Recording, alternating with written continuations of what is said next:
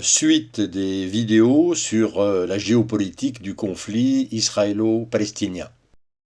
Ces vidéos sont à présent regroupées dans une playlist géopolitique d'un conflit Israël-Palestine. Dans une première vidéo, question de méthode, j'ai fait quelques rappels sur la démarche géopolitique et j'ai essayé de préciser quel était mon propre regard. Puis j'ai présenté le terrain de l'affrontement à différentes échelles. Ensuite, les acteurs du conflit. Le nationalisme juif ou sionisme, le nationalisme arabe puis palestinien. Passons maintenant à l'évolution du rapport de force entre ces deux acteurs et d'autres acteurs. Il faudra plusieurs vidéos que je numéroterai 4A, 4B, 4C, etc. Commençons 4A par l'évolution générale du rapport de force de la fin du XIXe siècle jusqu'à aujourd'hui. Lorsqu'on veut retracer l'évolution du rapport de force dans le conflit Israël-Palestine, on entre dans une histoire qui est à la fois longue et agitée. Longue, elle commence avant 1914 et elle est loin d'être terminée aujourd'hui. Agitée, depuis 1914, il n'y a pas eu une décennie sans un événement grave. En 1917, dans la guerre, la prise de Gaza puis de Jérusalem par les Anglais. En 1929, les premiers troubles graves entre communautés, avec en particulier le massacre de Juifs à Hébron. De 1936 à 1939, la révolte arabe contre la domination britannique et contre la colonisation juive.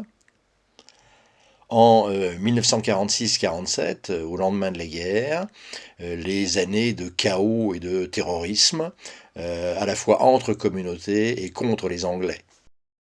En 1948-49, la première guerre entre Israël et les États arabes. 1956, la guerre entre Israël et l'Égypte. 1967, la guerre des 6 jours entre Israël et ses voisins arabes.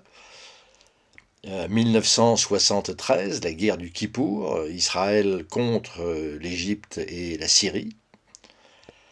De 1982 à 1985, les guerres contre l'OLP au Liban.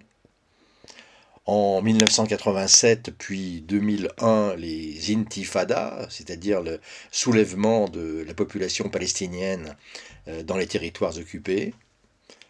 En 2008, 2012, 2023 et 2024 bien sûr, les guerres contre le Hamas à Gaza. Alors il n'est pas question d'essayer de raconter tous ces conflits en détail, je le ferai peut-être si je trouve le temps dans d'autres vidéos. Pour le moment, je voudrais essayer de donner un sens à ce chaos, et pour cela d'abord de mettre un peu d'ordre dans la chronologie et distinguer de grandes, très grandes étapes avant d'entrer dans le détail. À chaque étape, il faudra se demander quelle est la question qui se pose, quels sont les acteurs qui proposent telle ou telle réponse, quel camp se forme entre ces acteurs, des camps qui peuvent changer. La configuration de 1948-49 n'est pas celle de 1956. Ce n'est pas non plus celle de 1973. Et puis, à chaque étape de la confrontation, quelle est la réponse apportée ou imposée par l'un ou par l'autre. Et il faudra évidemment préciser la traduction de tout cela sur le terrain, puisque, ne l'oublions pas, nous faisons de la géopolitique. Si l'on veut à présent mettre un peu d'ordre dans la chronologie, il faut la diviser en grandes étapes, en grandes périodes. Et d'abord bien noter la césure que représente 1948. Pourquoi? Parce que à partir de 1948, il y a un État indépendant souverain, l'État d'Israël. Auparavant, il n'y a pas d'État souverain, ni État juif, ni État arabe. Il y a jusqu'à la Première Guerre mondiale des provinces de l'Empire ottoman. De 1922 à 1948, il y a un territoire administré par l'Angleterre au nom de la SDN, c'est-à-dire de la communauté internationale.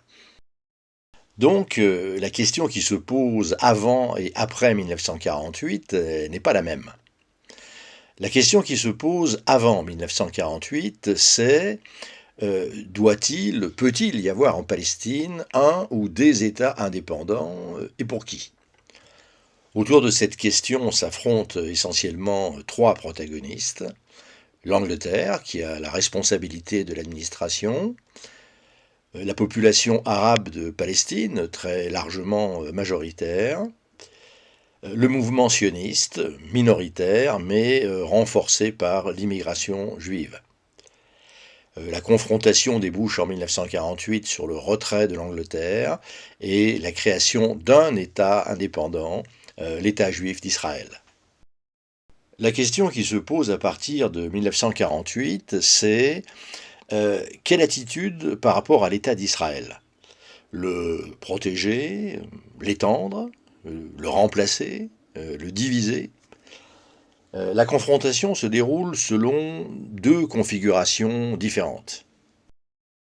De 1948 à 1967-70, la confrontation se déroule essentiellement entre l'État d'Israël et les États arabes, les Palestiniens attendant leur salut d'une victoire militaire des États arabes.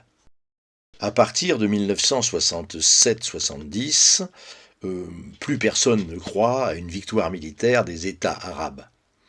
Les Palestiniens, représentés par l'OLP, combattent de plus en plus par eux-mêmes, ce qui les oppose à l'État d'Israël, bien sûr, mais aussi, d'une certaine façon, aux États arabes.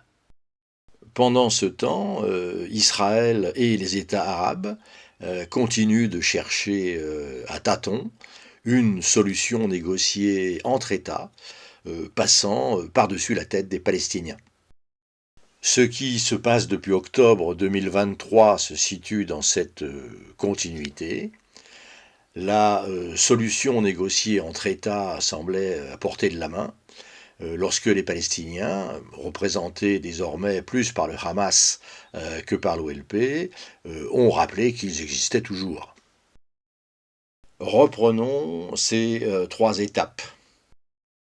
La prochaine vidéo, numérotée 4B, montrera l'évolution du rapport de force de la fin du XIXe siècle jusqu'à 1948-49.